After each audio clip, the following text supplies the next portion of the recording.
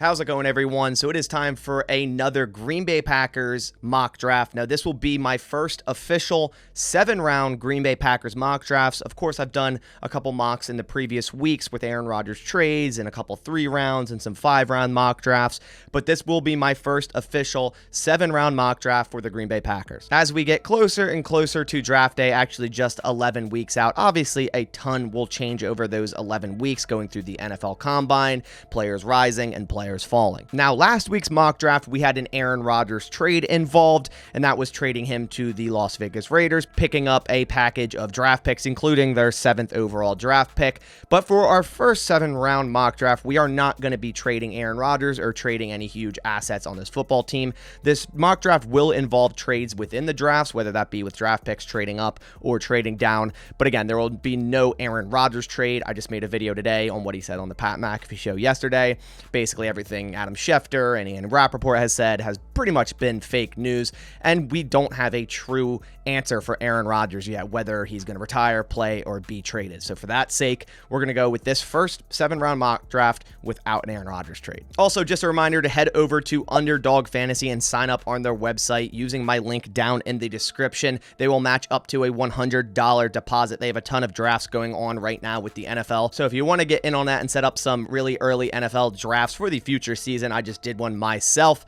Go down in the description, click the link, and join Underdog Fantasy. All right, so if we bring up the draft screen, obviously the draft order is the same. We're not going to be trading Aaron Rodgers, so we're not going to be jumping up past this pick 15 unless we decide to, trade up into that with some of our picks. So we own pick 15, 45, 78, 116, 151, comp selection at 171, 234, 237, 244, and 2 comps in the 7th round at 256 and 259. And PFF actually just updated their draft board, updating players and their descriptions and all of that sort. So a perfect time to do our first official 7-round mock draft. Just let the 5 picks go through the first 5. Don't see the Packers trading into the top 5 without an Aaron Rodgers trade here. Jalen Carter, number 1 of the Bears. Will Levis, the first quarterback off the board of the Texans. Will Anderson to the Cardinals.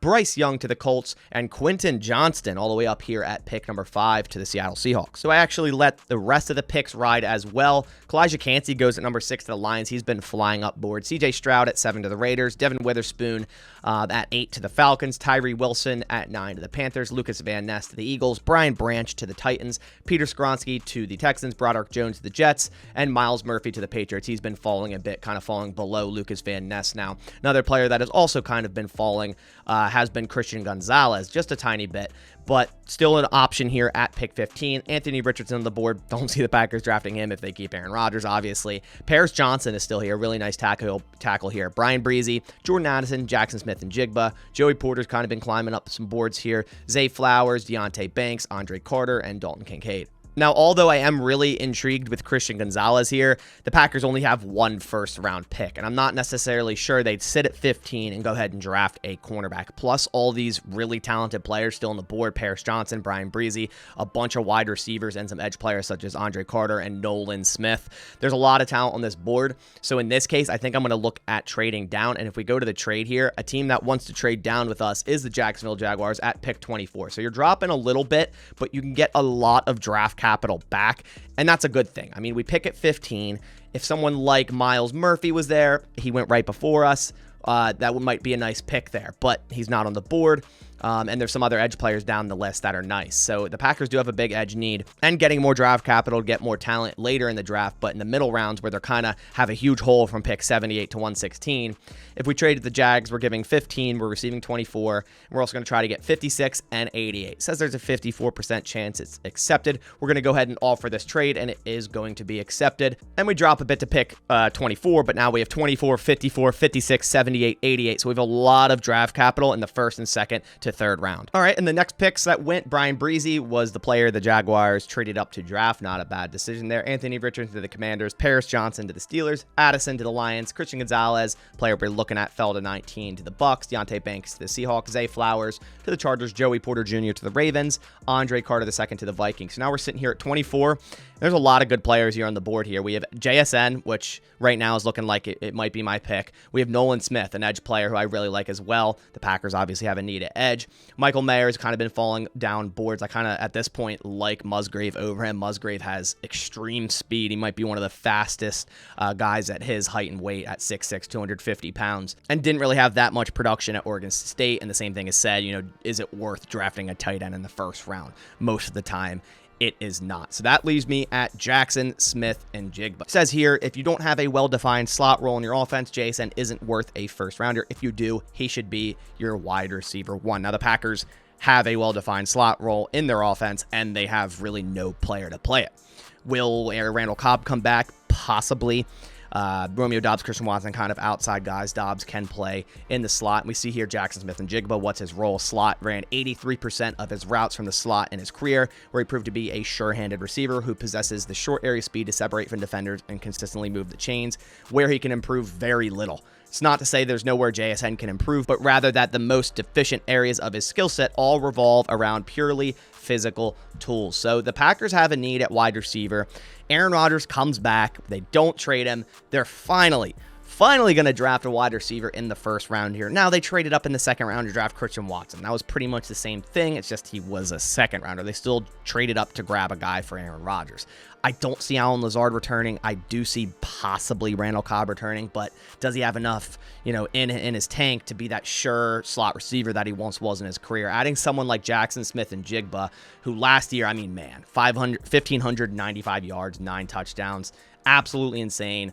Was hurt last year, but this dude can be a really, really good wide receiver in the right offense with the right quarterback. And if he has Aaron Rodgers thrown to him, look out. So with this pick, at pick 24, after trading down to 24, we are drafting Jackson Smith and Jigba, wide receiver out of Ohio State. Now we pick again here at pick 45, and a player that has been climbing up boards. I feel like when I first did my first mock draft on here, he was kind of sitting there in the 4th round. Now he's kind of falling right here in the 2nd round, as he should. This dude is absolutely insane. Dawand Jones, tackle out of Ohio State. I think he is one of the longest wingspans in NFL history for a prospect, and he would fit right in at right tackle, probably a day 1 starter for the Green Bay Packers. It says here his role is right tackle. Jones is built to play right tackle. He would have been a top 10 pick in the 80s, but even now there's a spot for him in the NFL. Where he wins is obviously his size. Jones's size presents so many issues for opposing defenders. You're not just going to be able to go through him, and chances are that he's touching you before you're touching him, because like I said, he has an extreme wingspan where he can improve vertical sets. Jones has mastered the art of quick setting to get his hands on edge rushers before they can get ahead of steam, but that's not an option for every play call against every alignment at the next level. But what I might actually try doing here, because I feel like I'm going to miss out on edge if I don't draft Felix Anudike-Uzomah here, because Nick Herbig is kind of not really an edge, really, really light there. Then you have to go down to Keon White, and there's a couple other players past that. But the Packers have more of a need at edge, in my opinion, than they do tackle. They can put Zach Tom out there. They can put Josh Nijman out there. So although I really do like Dawand Jones, I'm going back on my decision here, and I really like Felix Anudike-Uzomah here. Every down edge player, it says, his tape this past fall proved you don't want him kicked inside over tackles, but that was already evident with his skill set. He's an edge rusher who can handle an every down workload should you want to give it to him. He's a 2nd round talent, has an easy tape to project to the next level. He's one of the higher floor pass rushers in this class, 6'4", 255 pounds. He had 8 sacks last year, 13 sacks the year before that. The Packers have a huge need at edge. So with this pick, I am going Felix Anudike-Uzomah out of Kansas State here. So I actually didn't decide to trade up and grab Dawand Jones as well. He started to fall. I figured it was right around pick 53. I was like, there's no real point to trade up. I'll see if he falls, because I'm not going to trade with the Bears or the Lions there. I'll see if he falls. But the Chargers ended up taking him. So now we are back on the clock at pick 56. There's a running back in Gibbs here. Siaki Ika, nose tackle here out of Baylor. Sidney Brown's here. Packers have a big need at safety. Joe Tittman, a nice center here if they want to get, a lineman. Isaiah Foskey, another edge player. Jalen Hyatt. We already did get JSN, so getting another pure slot receiver doesn't make too much sense this early. Jamie Robinson, another safety we could look at. But the main player I'm looking at here is Sidney Brown. He's pretty high on this board. The Packers need to draft a safety early. I mean, that much is evident. I don't think they can go into next season with the same exact safety room they had, even if they re-sign Adrian Amos and Rudy Ford, and they obviously still have Darnell Savage. I think they need to add an athlete into this safety room, and Sidney Brown is exactly that. If we look at his first look, Brown is the single best athlete in this safety class. His size will take him off some boards, 6 foot, 205 pounds, but his coverage versatility should be coveted. He's a versatile safety. He can do multiple things. He can improve on his tackling, so that's a problem there, but where he wins is his athleticism, smooth and explosive in the open field. He has a range on the back end, his hips attract receivers, and man coverage. As we see here, he played 60 snaps deep, but he has played deep safety a lot in his career. He's played box, he's even played some corner and some slot. Like I said, he's versatile, has a 17.4% forced incompletion rate, a really, really good 89.4 coverage grade, and the Packers need to draft an athletic coverage guy at safety, and that's exactly what Sidney Brown could be. I feel like they really missed a coverage guy at safety because they got beat deep with a ton of route concepts last year, and it seems like the back end was always at fault there. So with this pick, at pick 56, I am drafting safety Sidney Brown out of Illinois. So we're back on the board at pick 78. There's some players farther down the board that I would like rather than the top guys on the board right here. So we're going to try to pick up a couple more draft picks in the middle rounds here where the Packers usually do really well. So I'm going to try to pick up the Chargers 85th, 124, and 158, giving them this pick 78 and also the comp at 171. All for that trade. It is accepted, so let's advance to our pick. So we actually have two picks here kind of close to each other since we traded down. We have pick 85 and pick 88, and I would really like to grab another safety and also Cody Mauch here, who has more projected for an inside guy in the NFL. But his stats here at North Dakota State, I mean, PFF grade of a 90.8 this year, 88.9 last year. Good run blocker, not amazing pass blocker. Might take him a few years to really get that in the NFL, but a really good run blocker, and I think the Packers need that. As we see here, his role center / guard. He can improve in pass protection where he wins quicks. Christopher Smith here, a really nice run defense safety. Played a lot of deep safety, played some box safety, also played some slot, a 75.8 overall grade. I've said it in multiple mocks. I think the Packers need to draft multiple safeties.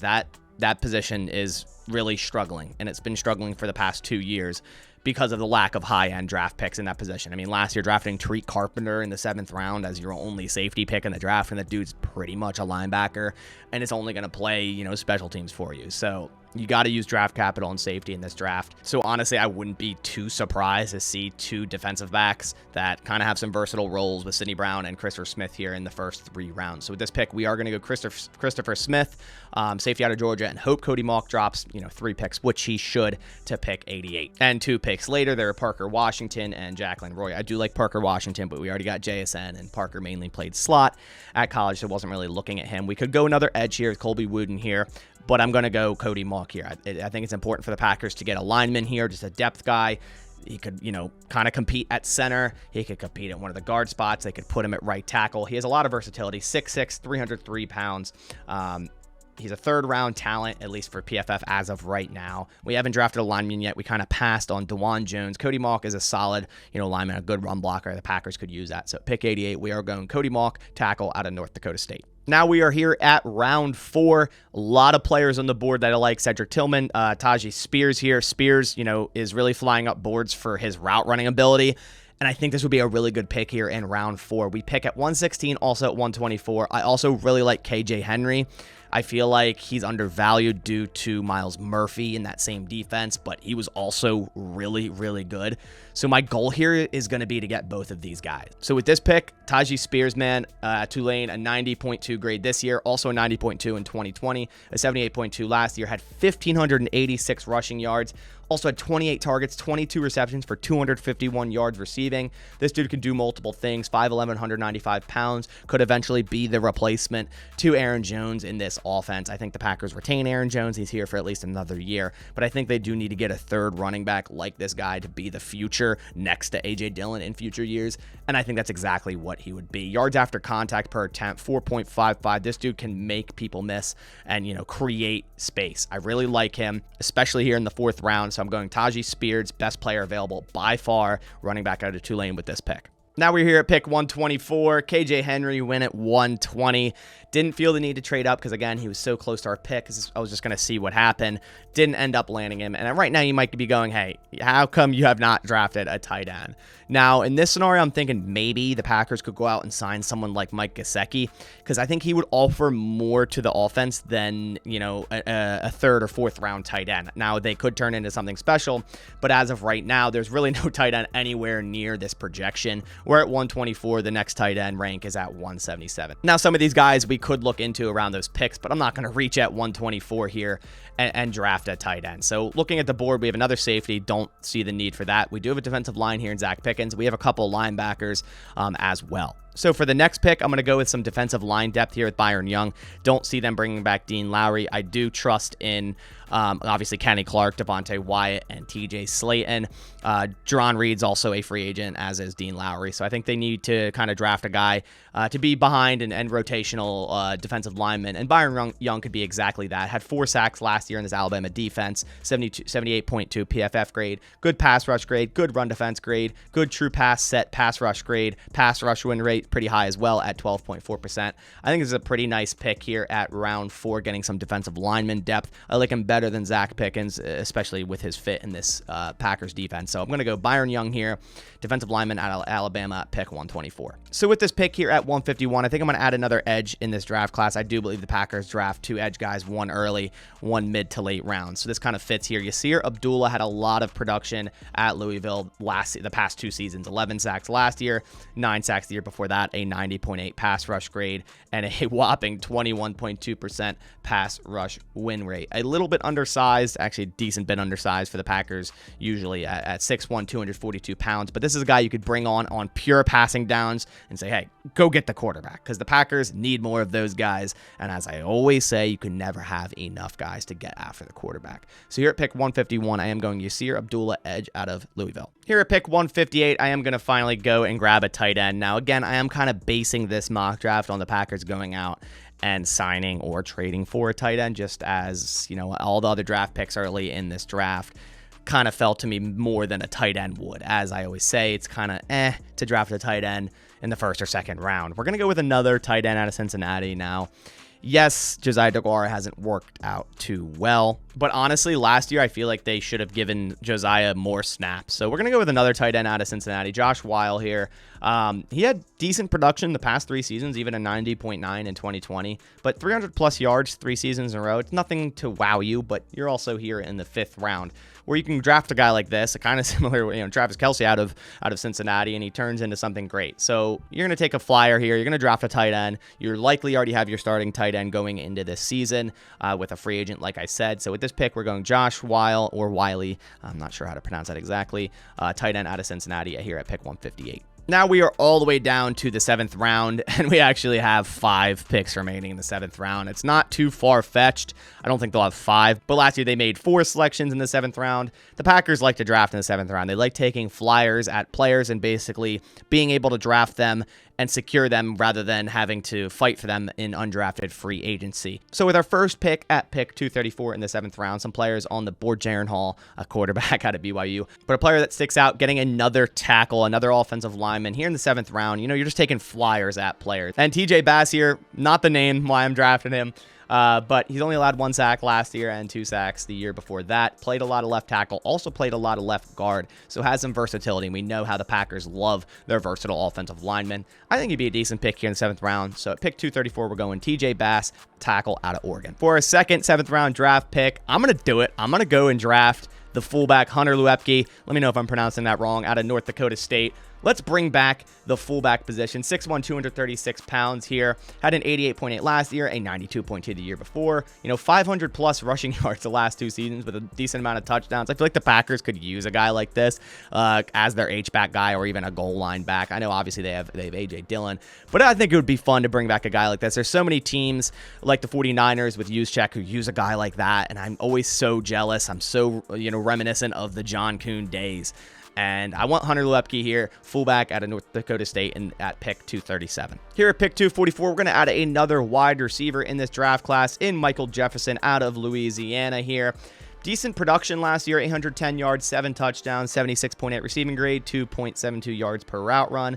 around average contested catch rate, around average drop rate, but he is 6'4", 200 pounds. I want to add another tall receiver in this wide receiver room, another guy that, you know, obviously isn't going to start right away, likely would be a practice squad guy, but going forward, just adding another, you know, taller wide receiver into this wide receiver room. So at pick 244, we are drafting Michael Jefferson, wide receiver out of Louisiana. For our second to last pick in the 7th round at 256, I'm going to go Rajon Wright, just because of Last Chance U. If you guys watch that series, you obviously know who this is. And obviously in the 7th round, at least this early in mock drafts, you're kind of just throwing darts at a board, trying to get depth guys, special teamers. And I do like him. I think he's a decent cornerback. And obviously what that will, you know, transcribe to the NFL, who knows? He does have the size, 6'2", 200 pounds. So with our second to last pick, we are going Rajon Wright, cornerback out of Oregon State. And with the last pick, we're going to go kicker. We're right one before Mr. Irrelevant, but we're going to go Jake Moody out of Michigan. He's probably the best kicker in this draft class. And I think the Packers could draft a guy like this in the 7th round. Who knows if Mason Crosby comes back or not. If he doesn't, I do see the Packers either signing a free agent kicker afterwards or drafting a guy like Jake Moody here in the 7th round. So with our last pick in this first official 7-round mock draft for the Green Bay Packers, we're going Jake Moody, kicker out of Michigan. All right, so let's quickly go over our first ever Packers 7-round mock draft. We traded down out of pick 15. Again, this is without an Aaron Rodgers trade. Aaron Rodgers goes off to his darkness retreat, decides before the new league year he's coming back. The Packers keep him on the roster. They're going into the 2023 season with Aaron Rodgers at the quarterback position. And what do? They finally draft a wide receiver in the first round in Jackson Smith-Njigba at pick 24, which I think would be an awesome selection there. Getting him at 24, also receiving some draft capital, trading with the Jaguars here. In the second round, grabbing Felix Anudike-Uzomah. The Packers have a big needed edge, and this dude is really, really good. Has been productive there at Kansas State. Our next pick in the second round, due to the trade, we go Sidney Brown, probably the most athletic safety, and also is vertical, a really nice coverage safety, and the Packers need that. We double dip on safety with Christopher Smith here, another deep safety, a good run defender. He's kind of, Sidney Brown's a really good coverage guy, kind of can work on his tackles, whereas Christopher Smith is a really nice run defense safety. So kind of getting, both types of safeties there, which again, the Packers need to draft multiple safeties in this draft class early. In round 3, we traded down yet again because there was a couple players that I did like. Cody Mauch here played a lot of left tackle at North Dakota State, will likely transition into a guard or a center in the NFL, but the fact of the matter is he could probably play a lot of positions on the offensive line, and we know how the Packers love that. And he's a good run blocker, and the Packers need that. Tajay Spears, a lot of people will go, why are you drafting a running back in the 4th round? This dude, his route running ability, probably the best in the class for all running backs. Really like Spears here.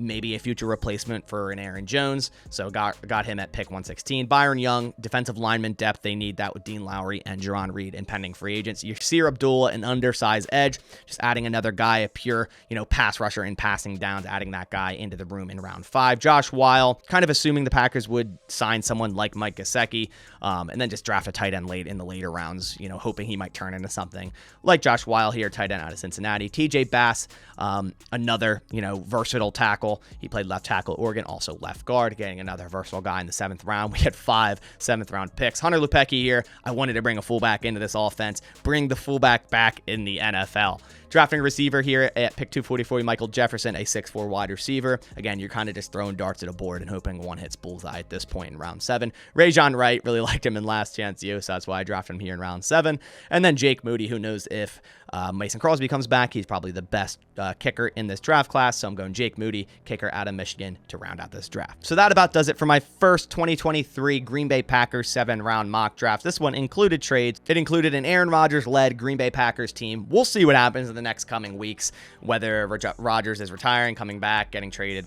We'll see. None of us knows right now. So as of right now, I'm going to keep Aaron Rodgers on the team as he is under contract and he is on the roster. So for this mock draft, he stayed on the team. I want to hear your comments down below. Did you like this mock draft? If you did, please leave a like down below. Also comment if there's players on the board when I was drafting that you're screaming at the screen going, oh, you should have drafted him. You should have drafted him. Let me know down in the comments below. But that about does it for this video. Hope you guys enjoyed. I'll catch you on the next one. And as always, go Pack Go.